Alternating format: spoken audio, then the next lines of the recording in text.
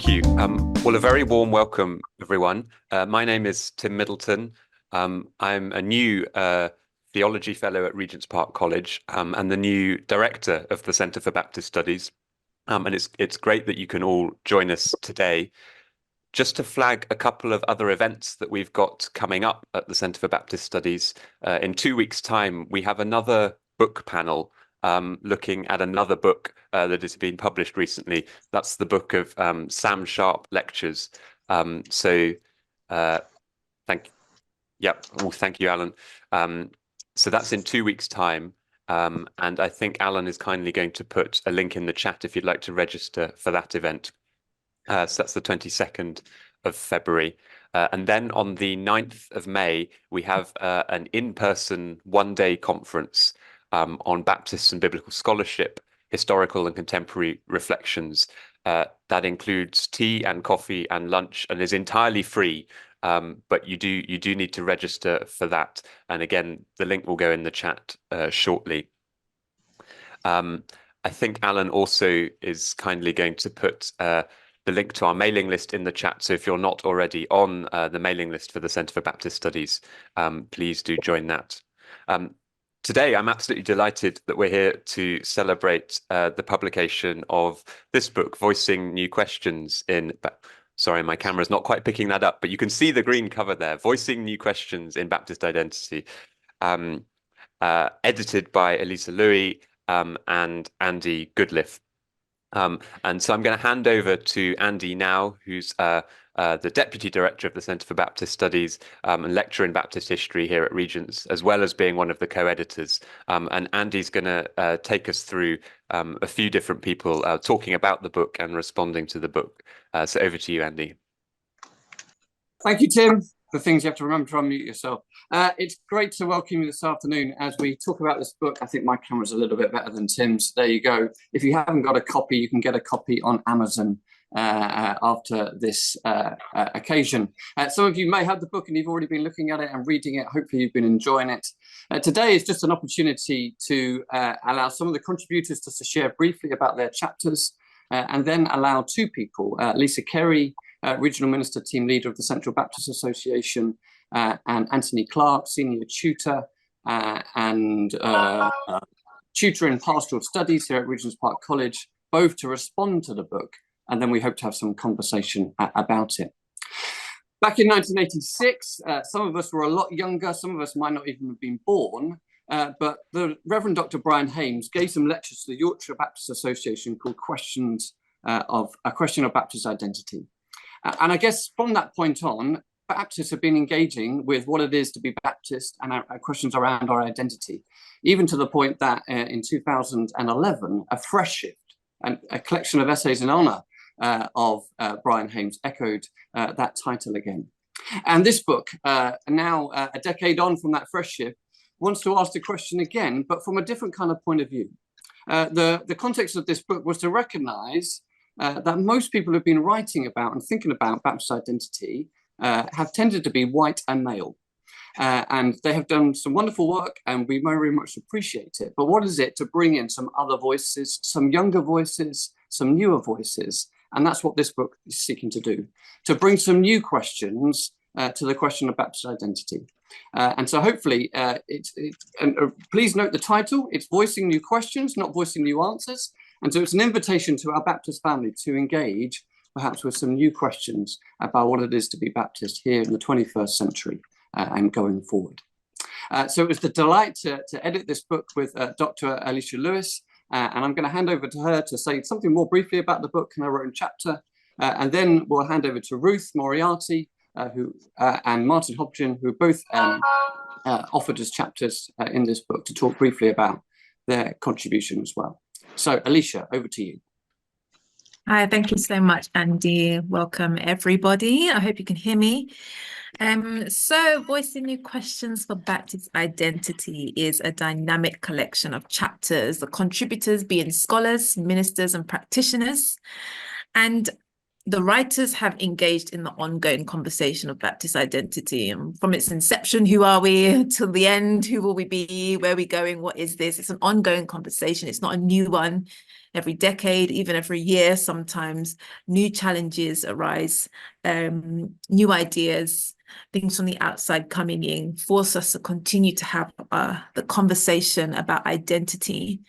And so what we have is these contributors bringing something unique perspectives, merging their experiences, their research and reflection all into a work that I think means that there's a chapter for everybody, every kind of Baptist, all different. You might have your favorite chapter and your least favorite chapter, but I think we've covered a variety of topics, which is a great testament to how Andy has pulled together contributors as well. And one of the senses that I really got from this book is how reflexive Baptist identity is. And I mean, I guess that's more of a reminder than a revelation. Understanding how Baptist identity is not only wrestling with what we believe the Spirit and our sacred text is saying, how it shapes us, demands, requires, how it guides, but also the pulls and demands of the world, our society, people's experiences. And we really get to see those pulls in each of the chapters, the pulls from the outside, and what aspects of our theology and Baptistness is being tested, put into action, or also how our contributors are challenging some of those Baptisty things that we have currently in place. And so as to my own chapter, I guess what I tried to do as someone, and I think the only one who's not a local minister, is to draw on how my broader research, which is about the influence of Black religion on the fringes of our churches, how that engages Baptistness, and to make the case for dissent and decolonization being two sides of the same coin. But of course, Baptistness being what it is, and decolonial theory being what it is, trying to manage the various nuances and premises at play in such a short word count was a challenge, but we started, like we said, voicing new questions. So we made a start. And ultimately, Baptist conversation, because of its internal variety, makes a great ground for building bridges for understanding, and hopefully becomes a catalyst for change and action where necessary. Finally, just to say, it's been a privilege to be invited to co-edit. I graduated in 2022, and I feel like the last 2 years have been an internship for me, doing lots of firsts, and including this project, figuring out how it works, what it is to be an editor, how to edit, when you do your part. And sorry about that, I've got a 5-year-old here. And how books come together. So thank you, Andy, Anthony, and Wale for bringing me on board. Thanks. Ruth, over to you. Hi, everyone. My doctoral research was based on interviews, and I interviewed Desmond on a very similar day to this, wet, grey and dank. And we sat around a sort of go-pack table in the back room of his church. It was a sort of Sunday school come storeroom. I'm sure you've got them in your own churches. I hadn't done any qualitative research before. And in all truth, I was floored by Desmond's candour and honesty about his experience of racism and the church meeting. After interviewing, came coding analysis, and an argument emerged to answer my question, which is, how do Baptists discern the mind of Christ at the church meeting? I uncovered some good news in the project, which is that Baptists do discern well when we use what I've named as slow wisdom. And slow wisdom is marked by slowness, prayer, listening to others, hearing others, prophetic participation, and seeking consensus agreement. I also found examples of how we don't discern well, and particularly Desmond's story highlights that.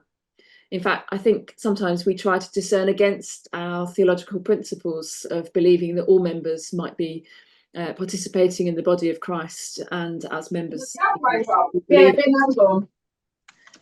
I show that there are 3 missing groups from the church meeting: younger members, members from other denominations, and Black and brown members. The project data indicates that these groups are less likely to be heard and agreed with at the church meeting. So my paper in this book considers the data regarding Black and brown members at church meeting on 3 areas: the relationality of myself as a white researcher and the project participants that I met, like Desmond, the social context of the participant churches, and racism at the church meeting. The church meeting uncovers and encounters power struggles and racism when different terms of expression or speech are rejected, and particularly that theological preferences are sidelined. Part of my chapter reflects on Willie Jennings and his analysis of the design of theological education. So I argue too that the church meeting has similar affections for white European speech and theology, shown in the typical structural design of the meeting. I argue that changing the design of the church meeting to include small groups is just one way that differences can be shared and valued as a blessing of the Spirit. You know, contributing to this book echoed that similar aspect of listening to each other. We shared our chapters on a big Zoom call, just a bit like this, and we offered peer review and sharpened each other like iron. It's an honour to have been part of this project, and I hope that this book expands our theological outlook as Baptists to be a people who welcome and celebrate difference. Thank you, Alicia. Thank you, Ruth, now. And I'm going to ask Martin to share something a little bit about his own chapter and being part of this book. Thank you very much. And I also want to echo the other comments of being grateful for being included in this project. My chapter draws on my life experience as a Baptist minister who is a wheelchair user, and my recent academic research into the power of friendship as a way of enabling participatory inclusion of physically disabled disabled people in Baptist church communities. It recognises not only the intersectional nature of Baptist identity, but also the additional intersectionality of disabled identity and experiences themselves. There is ample evidence that prior to the late 20th century, disabled people, both physically and with other disabilities, were either not present in church communities or were assumed to be passive recipients of pastoral care, which non-disabled people provided to them or for them, often under a charity model of disability, which risked leading to an impoverished pastoral care approach towards disabled people. This approach was reinforced by a widespread, although usually unconscious, adoption of a medical or an individual model of disability, which focused on an individual's medical condition or impairment. Sometimes within church communities, this led to an uneasy focus on healing prior to participatory inclusion of disabled people. In the late 20th century, there was a widespread recognition that the experiences of disabled people were not just shaped by their medical conditions or impairments. A social model was developed and became dominant, certainly in the UK. There are different variations in the US and other places. It argued that disability arose from the exclusionary attitudes and actions of non-disabled people and society towards disabled people. This was a significant improvement, but left relations between disabled and non-disabled people in general and rather undefined terms. So this chapter explores how a Baptist understanding of covenant, alongside a relational understanding of Trinity proposed by Paul Phillis in his book, Participating in God, and it's good to see Paul join us today, can create a productive context for the fostering of covenant friendships. Two concepts of Paul's work on Trinitarian theology are particularly helpful: persons as relation and participation in God. Such friendships that are intentionally inclusive, emphasize mutuality, and take account of particularity, I argue, can be significant ways of enabling participatory inclusion of disabled people in Baptist church communities. The language of walking together and watching over one another, which incidentally Anthony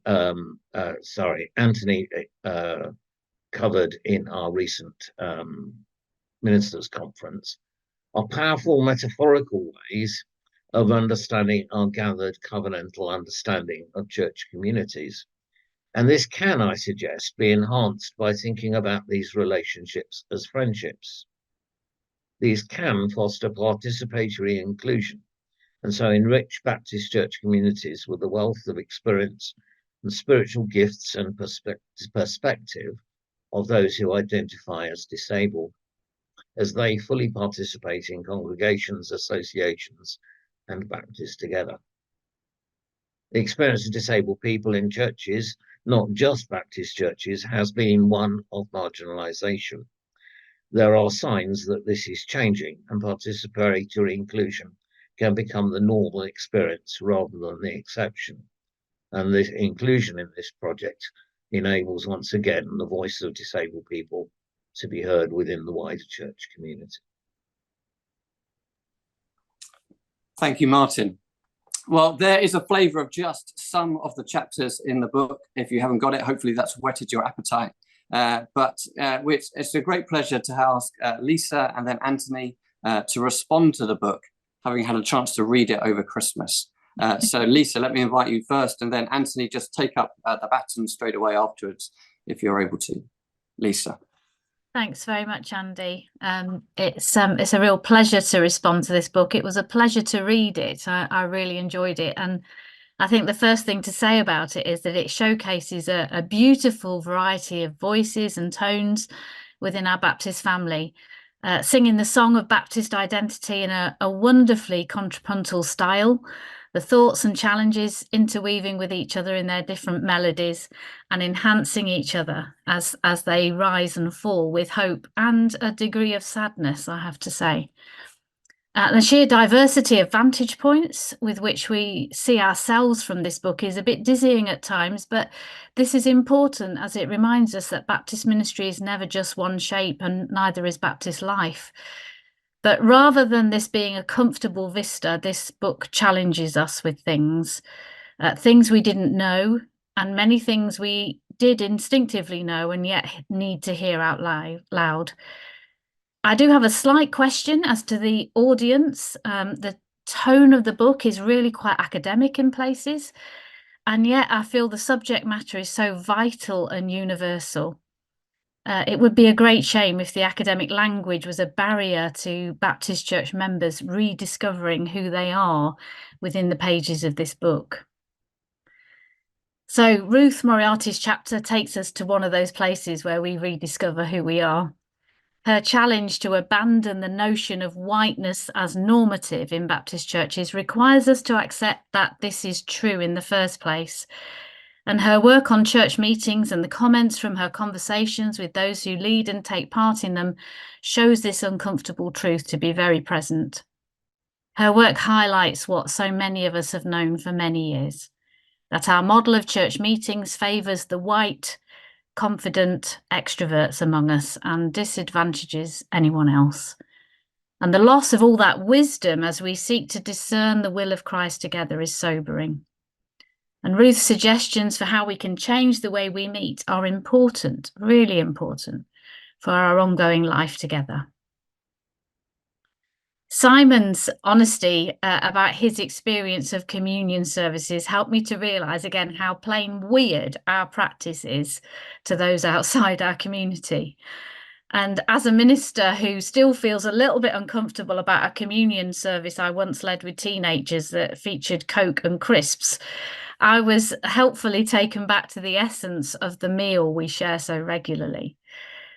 That this meal started in such a culturally relevant place and has become so irrelevant to so many communities is a great sadness. And Simon's chapter reminded me that when we have lost the very notion of it being part of an actual meal where time is taken to get to know one another, we lose something very important. His timely reminder also that this meal started in the context of slavery has made me think carefully about the language I could use when I next lead communion. Although I'm still left wondering how I, a white woman living with all the benefits of my ancestors' place in life, might address this crucial part of the story with integrity and truth. Lee Greenwood's reflection on ministry and motherhood is something I wish I could have read when my children were small and before I was a minister. She describes so well that tension of a fully immersive call to motherhood, and yet the sure knowledge that this isn't and can't be all that God calls us into. I would have loved to have heard that when I was up to my elbows in nappies and sleepless nights. I was really challenged by her suggestions that the softer skills of ministry often go unanswered and undervalued and unmeasured, in much the same way as parenthood and indeed most caring professions. That we don't tend to see motherhood as a legitimate experience to bring to ministry is to miss so much. And as a mother who came to ministry when my children were teenagers, I experienced similar and yet different tensions and blessings in my training. Studying alongside my teenagers as they did their GCSEs was a really good bonding experience. And yet often what I remember is the not so good things and the memory of the church secretary who pulled me on one side when I started my training to comfort me that my husband could explain any long words that I didn't understand is what sticks in my memory. My years of working in a caring profession and parenting didn't seem to amount to much in that conversation, and yet I believe it was those very things that made me a better minister. And the attentive love that Lee highlights from Percy's work is a phrase that will stick with me and I'm going to ruminate on. I think it's a beautiful one. Connection and friendship are such primary components of church life, and so Martin's reflection that both are often denied disabled people was deeply troubling to me. I was left wondering if my nursing background had actually contributed to a pastoral approach that problem solved rather than engaging with the person in front of me, and I fear it undoubtedly has. I look back at my relationship with one of my church members who had a profound head injury and couldn't hold information, and realise that he taught me so much about the power of the gospel every time he embraced it again and again and didn't remember the story but embraced it newly each time. But I also remember with pain that he was lonely and that this diminished his personhood as he missed out on relationships that God had made him to enjoy. Martin's exploration of the community of the Godhead helped me to see this much more clearly and left me with many personal questions about how to respond. Pam Davies' chapter is a really helpful précis of the conversations that so many churches have been having in the last few months. And I was particularly glad to see that she references the work of Steve Elms, who I think has been a really, really helpful voice in this conversation and certainly in my association throughout the consultation period. And her emphasis on conversation rather than agreement is so important. And I was encouraged to see her call for full congregational conversation. When I started to read Thomas' chapter, I must confess to wondering what this would have to say to me. And yet, as I read of the pain of lost worship styles in Wales and locally relevant expressions, I was drawn into his narrative. The overt way in which the engagement with the Bible was a fixed part of the church diary was really challenging, but so was the stratification of involvement and accessibility. The need to draw children and young people into that experience of singing the scriptures, not just as spectators, was a particularly important point. And I was left wondering what role nostalgia has to play in keeping some traditions alive. We often talk about it as a negative thing, but maybe it's not so negative. And whether grief over the lost past is part of the difficulty of the conversation around worship sometimes. Elisa's opening description of Baptist life as social reflexivity filled me with hope. I would love to think that this is how we respond to the changing world around us, but like Elisa, I can see that this is often not the case. Her 3 Ps of decolonisation really helped me focus on the ways in which I unwittingly coalesce to the colonial meta-narrative. And her description of the ways in which this whitewashing of Baptist life drives so many to alternative expressions of faith is powerful and arresting.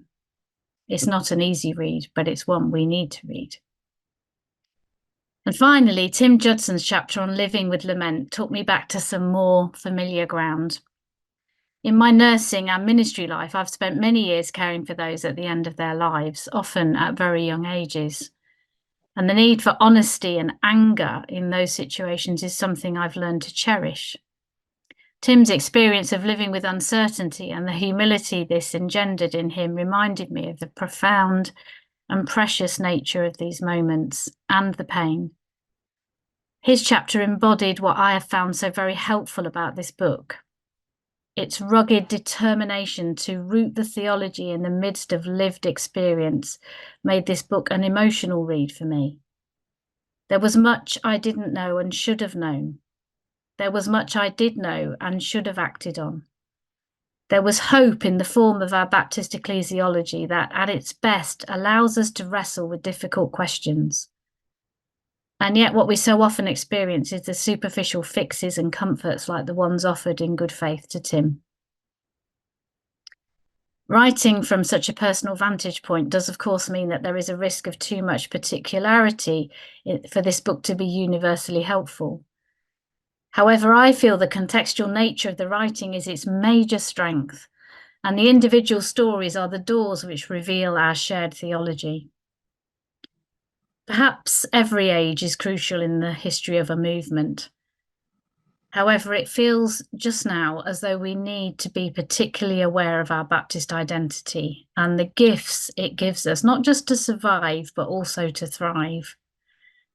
And in a polarized world, we may just have something deeper and better and very countercultural to offer. This book reminds us why and how, and the importance of listening to each other. And so I commend it to you as a really important read.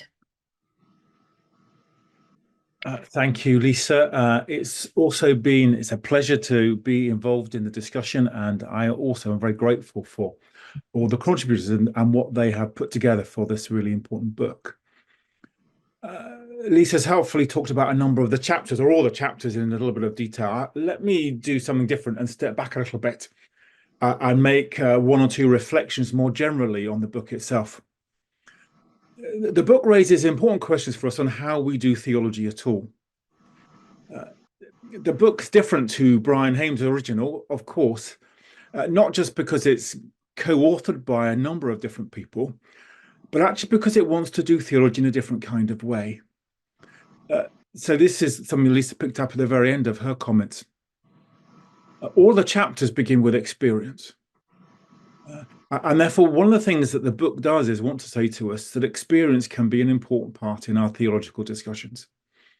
That one of the things that has changed and developed in our theological understanding is a willingness to give a place to experience as a source of knowledge and experience as a way of doing theology. This isn't to say that experience can tell us everything, but it can be, and it ought to be, an important starting point. This seems to me an important change from when Brian was writing originally to the book here today. And what's important is to pay close attention to the particularity of the 8 stories that are being told and the theological questions that those stories are raising for us. So I think this is an important new way, in that sense, of trying to do theology among us as Baptists, wanting to draw on some of the developments that we might call around practical theology to say, what's going on in our experience and how do we work with that? Clearly, for some people, that experience has been given to them. You might take Tim Judson's chapter. This was not asked for, but was something that he had to cope with. For other people, I guess like Ruth, this was experience that was looked for as Ruth went to interview different people. And her experience was trying to gain and hear the experience of other people.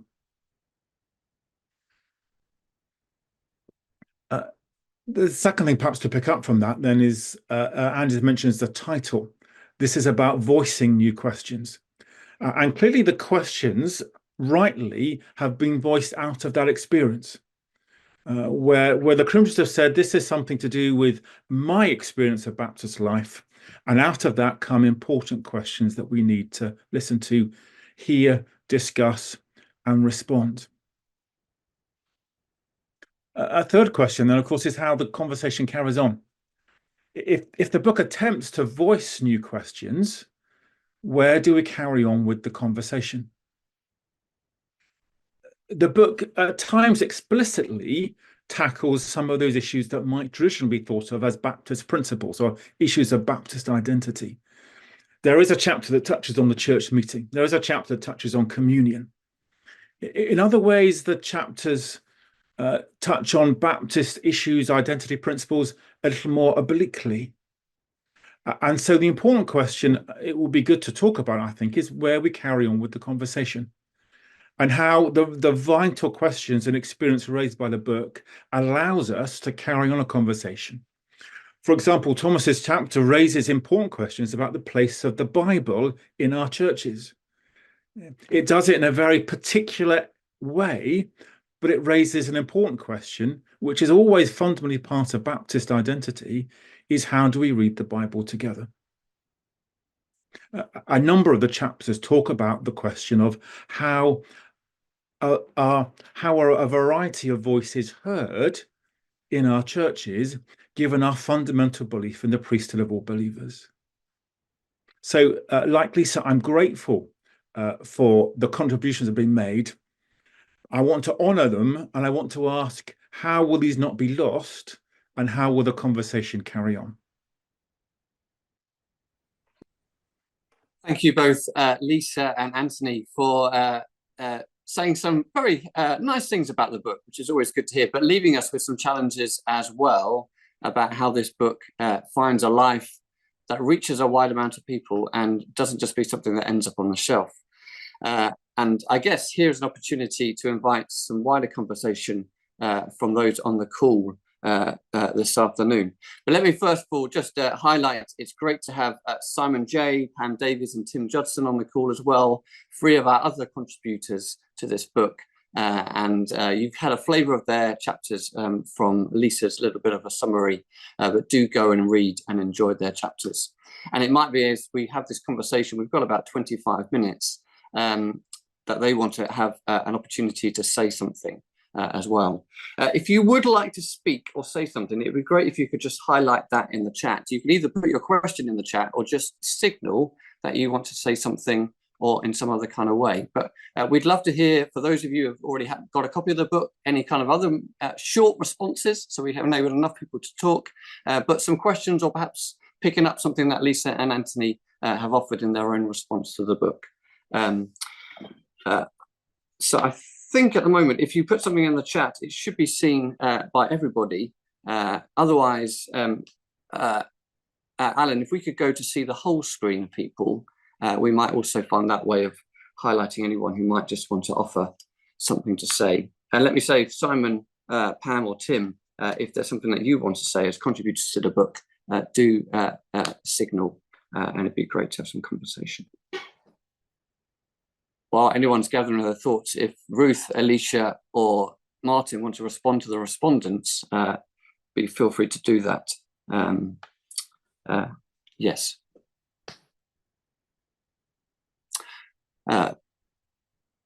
Carol, ask your question. Unmute yourself. Thank you, Andy, and thank you to those who have spoken this afternoon and to the content of the book. I have to confess I haven't read the book yet, but I'm eager to do so now. I really wanted to know who chose the particular voices to be echoed in this book. How were their experiences looked at in order to contribute to it and to, as it were, put this into identity as Baptists? I was sort of looking to the background and why you chose those particular things, because I was thinking of two other things that I think have been missed out of the book as I see it. Thank you. Thank you, Carol. As one of the editors, I'll quickly respond, but Alicia, follow up from me if you'd like to. I guess the history of this book is that I edited another book with some other people, and Wally Hudson Roberts said to me, "Where are the Black voices in that book?" So that is the real instigation of where this book came from. And so Wally, myself, and Anthony were then joined by Alicia, felt like here was an opportunity to bring some other voices, especially Black voices, which we have some in the book, and a Ruth chapter addressing something of the lack of Black voice also in our church meetings. And then we felt actually we can't just address the voice, the Black voice, but actually there are lots of other voices which don't get heard. And so we attempted to try and find a diverse group of people, recognizing perhaps that we couldn't cover everything in one book. And we were trying to find younger voices or newer voices, those that had been doing some kind of research in some kind of way, to give them an opportunity, a platform to be able to write and have a wider voice. And hopefully they will all go on to do some more work within our Baptist life and in other ways as well. So that's something of the story as I understand it. Alicia, I don't know if you want to say anything briefly to that question as well. No, I think nothing to add, but I would be interested, Carol, to know the couple of things that you thought were missing. That would be really great to know too.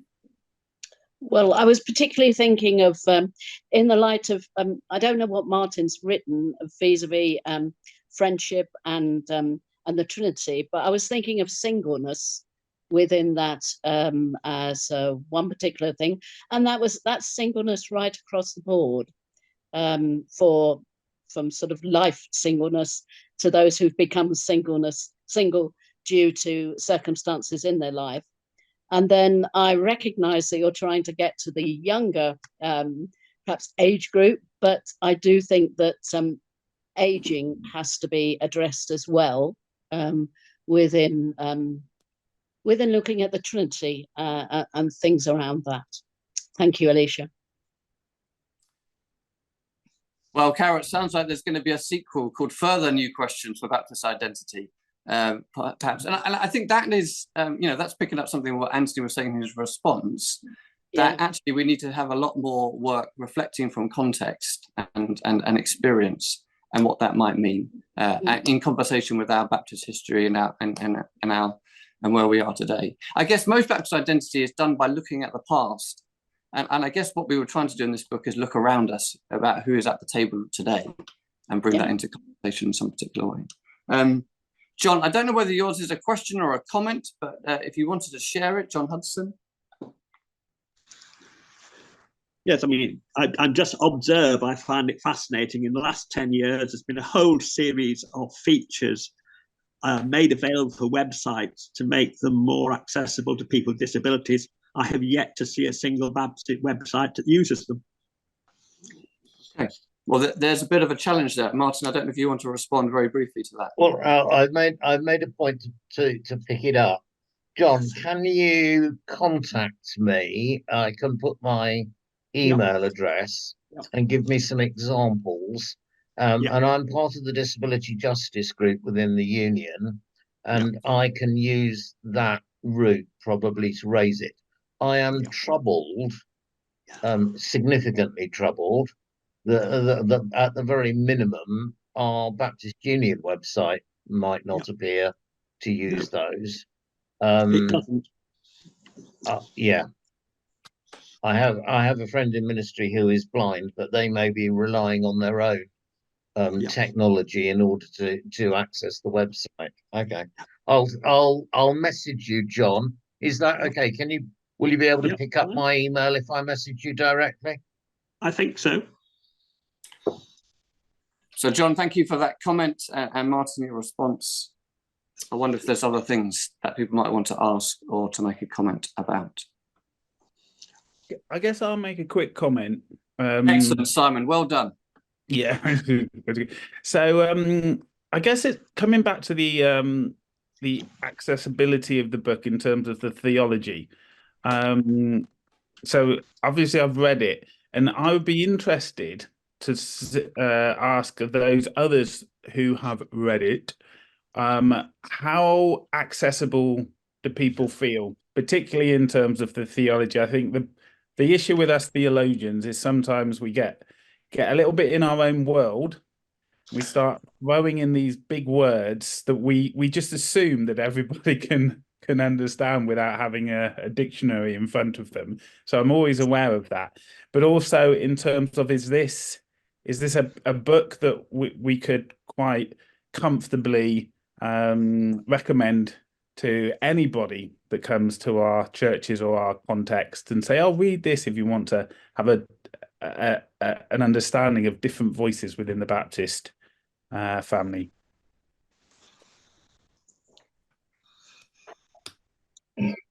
I would hope the answer to that is yes. And as I say to everybody in my own church when we do some reading, and I say to myself, even if you don't understand the whole every single sentence, as long as you get the gist, that's a good place to start. And yeah, but I think it's an important challenge. How do we write thoughtfully and deeply, but also in a way that reaches a wide audience of people? And I hope that most of the chapters, if not all of them, do that, at least in some kind of way. But yes, I think that's an important observation. A couple of people have asked, do we about no, Alicia, yes, come back, sorry. Yes. No, that's okay. It's just a quick one because I had the same conversation yesterday. We was at the London LBA conference, and I've having the same conversation about accessibility and writing style for a few projects this year. And because I'm just fresh out of studying, I'm just all over convoluted and haven't kind of been able to scale down because I lack the experience of writing for a wider audience. And I've always just said, how are you guys measuring how people read? Often the feedback is, oh, it's a bit complicated. And I'm like, well, how are you measuring it? Is this by experience? Is this by church? Because actually the people that I work with and I research, what people class as grassroots, so community, people that are interested in religion theology but don't study, their discussions are actually really, really comprehensive. I sit through 10-hour debates. They're interested in doctrine, all manner of terms, and I'm finding I'm having to raise my game with my PhD to actually engage with it. And so I've got a very conflicting sense of what's out there, what people's expectations are, their capacity, what they can manage, and what I'm being told in the professional realms, and we're having conversations and producing resources. So I just think it's more of a question of how are we measuring this and how are we feeding people's capacity as well. If things are convoluted, they just are, it is what it is. There's definitely obviously a way to make things accessible. But again, you raise the question about what we're expecting from people. Are we expecting less than what they can do? And how are we raising that bar as well? Are we going to further give them jelly tots? Are we going to bring in, how do we raise the level of engagement, the articulation, or our own expectations of the people around us as well? So that's me as just adding to the conversation and the question, really then saying that it's fine. Yeah, we're having the same conversation in a few spaces, so it's interesting. I think there's something about living in a fast food world that sometimes we need to practice those things of slowness. Ruth in her own chapter talks about slow wisdom, and sometimes we need to do some slow reading, which perhaps allows us just to engage a little bit more with ideas and arguments in that way. A couple of people, Ade and Alex, have talked about, have we engaged those whose accents might not always be easy to understand, or feel like they're received as not being easy to understand because they're non-English in some kind of way, or non-UK. And someone also talked about those with mental health issues. I think my response is the same response that I gave to Carol, is there are probably further questions that we could ask and have another book. And maybe part of what this book is trying to do is to make our whole conversation about Baptist identity a different kind of one, which is what I think Lisa and Anthony were responding to in their responses. Which is to say, again, that this book is a modest attempt. It's a modest attempt to begin a different way of doing Baptist identity. I think still alongside our other way, which is engaging with our history and our theology, but actually here is putting the experience in as well. And for me, that's an exciting future for us as a Baptist family, and those who perhaps have a role to do some thinking within that. And so, yes, if there are more chapters and more voices and experience, of course there are more voices and experience to hear. That bodes well for the future if we can find ways to make sure that we can do that listening and voicing those experiences. Hello, Stephen. Sorry. Oh yeah, no, go, Ade. Sorry, yes, go. Yeah, I just wanted to comment. Thanks for your response to my comment there. I mean, there was a reason why I put that on there, because of experience of some issues we've had. I've seen in churches, particularly Baptist churches, where potential applicants for Baptist ministers have been put off, shall I say, by when they come and preach the view or something like that, and then there's, you know, the feedback you get is you know, the congregation say, oh, they don't understand what they're talking about, they don't understand their accent and things like that. So that seems to make some potential applicants or ministers or those who are ministry training who are not necessarily from a white UK English background, but who maybe have come from abroad and have stayed there for a while, make them question their identity within Baptist ministry. I know a couple that has happened to like that, and so there's a situation where how do we embrace people who are, and there's an increasing number of potential students within the Baptist who are wanting to be Baptist ministers coming into the country, or maybe going to Baptist college, and then trying to find churches where they can be able to express themselves and their career, if you like, and but are still there's that conflict between how they're better understood from the pulpit and how the culture, the cultural diversity, how that engages with the Baptist identity, and such like. There is, and also that kind of links with my view of how the demographics of potential Baptist ministers in the future, because it seems to be a challenge in finding Baptist ministers who are indigenous, UK-born British. That's what we've struggled with. You know, a lot of the applicants, when we put out applications, we get lots of applications from abroad, for example. And I wondered whether there's an issue of what the demographic will be like in terms of the identity of the Baptists, if you like, in the next 10 to 15 years going forward. Yeah. Thank you. I think you're voicing questions there that need to be heard. And although the book doesn't engage with them directly, my hope is perhaps by reading the book, it begins to mean that actually we need to be much more attentive to the questions and issues which are being raised around us in whatever they might be. So hopefully the book might help us learn to do that in a way that perhaps we haven't done it so much before. Stephen, do you want to ask your question? And I guess it's a question perhaps for Ruth directly, but others may want to respond too. Thank you. Somewhere in the back of my mind, I always think, how did Spurgeon have a church meeting of 3,000 in the Metropolitan Tabernacle?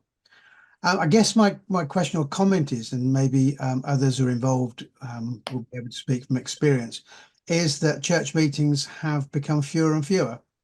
That not so long ago, many churches would have had 11 or 12 a year. And now many churches seem to be going to fewer church meetings, but presumably still running themselves as churches. And I just wonder whether there's a shift from a congregational meeting towards a different way of doing things within many Baptist churches. Shall I take that one, Andy? You can, Ruth. Yes, there is a shift. There's also a variety of practice. So some smaller churches still meet in a regular pattern, as you might think, maybe 10 to 11 meetings a year. And then larger churches often meet for less. So they might meet 4 to 5 times a year. In the sample set that I had, they would meet and maybe have a meal and then have a longer period of discussion. And one of those was particularly fruitful because they had a deliberate focus on strategic and missional matters. So it was a real time of discernment for the whole church. And because it was on a Sunday, because it was they had a creche as well, it meant that it was very accessible for everybody to take part. So I was quite heartened by the range of experiences that I observed, which was good. So perhaps I think we've forgotten why we do it, because we're underconfident in our understanding of membership, the importance of why we're there, and then particularly because we don't have a written version of what discernment is and the practice is. because Baptists aren't typically very good at writing things down, it's then very difficult to explain it to newer members. And so my sample set was multi-ethnic churches in North London, of which most London Baptist churches are multi-ethnic, and also multi-denominational. So we don't have many born and bred Baptists anymore. So there's a necessity, I think, for us to write more stuff down, which is where this book comes in, because I think if we don't share practice and share theological principles and how they might apply or how they might need to be returned to, we lose something of our distinctiveness. And of course, they are a legal function as well, so we can't get away with them completely. But I think we need to relook at it. And just picking up on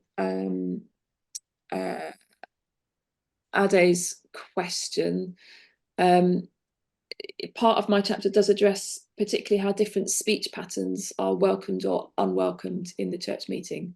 It's not particularly about the minister, although a little. So you could have a look at that as well. It might be an interesting place to reflect on and begin with.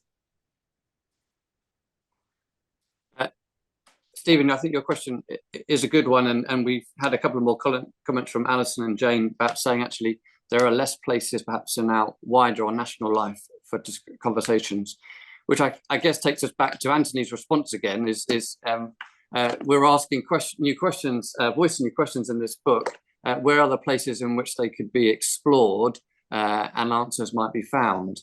So an encouragement might be, if you get a copy of the book, is to find a way, whether it's a small group within your church or maybe even within your church meeting, if you're lucky to meet 11 times a year, to perhaps look at the book, discuss it and engage with it. Feel free to write to the Baptist Faith and Society team or whoever's organising Baptist Assembly, that we might do a book launch there as well. But yes, I think that there is a real challenge that of where is our thinking and our reflection, and having the time to do it takes place. And I guess what this book wants to offer to our Baptist family is that we do need to take the time to listen to the questions which are being raised, which the book doesn't cover, as we've explored again this afternoon. There are other questions and other experiences that need to take time to be attended to and listened to. But there is the challenge. We offer this book to you. It's been commended by others, but not myself. But hopefully it will be something that enjoyed. I've got another question coming in. Yes, Helen, absolutely. Yes, it would be a good time for you to say something as well about Project Violet. Just a quick plug. We launched last week, and the second episode has dropped today of the Project Violet podcast, which is trying to use another medium of reaching out to the Baptist community. So any feedback for Jane or I about how effective you think that is as a means of communication would be gratefully received. And it's based upon the experiences of 49 women ministers who wrote about their experience of ministry for us. Plug over. The Centre for Baptist Studies at Oxford is doing some very interesting work, which this book is, I guess, one example in terms of our publication. But as Helen says, Project Violet is doing something different as well on behalf of our Baptist family around women in ministry in particular. And I guess the centre going forward wants to be a place where these kinds of questions and issues might be engaged and explored with. Tim Middleton, I wonder whether I might just leave the final word. You might want to replug anything going forward, or you might just want to say something that brings our time together to an end. Thank you very much, everyone who has spoken and been part of this afternoon. But Tim's going to say the final word. Yeah, thank you, Andy. And a huge thank you to Lisa and Andy for bringing the book together, for all the contributors, and to Lisa and Anthony for responding today. We're very, very grateful.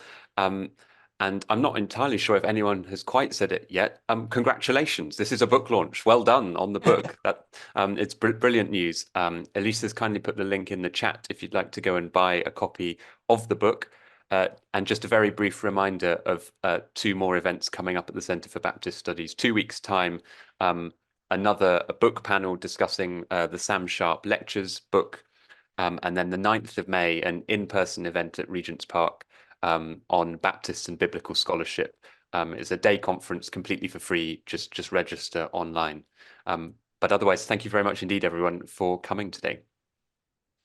Just to note that Alicia edited the Sam Sharp Lecture book as well. She's been very busy, and so we're grateful for the work she's doing in all those different ways. Exactly. We hope to see you again.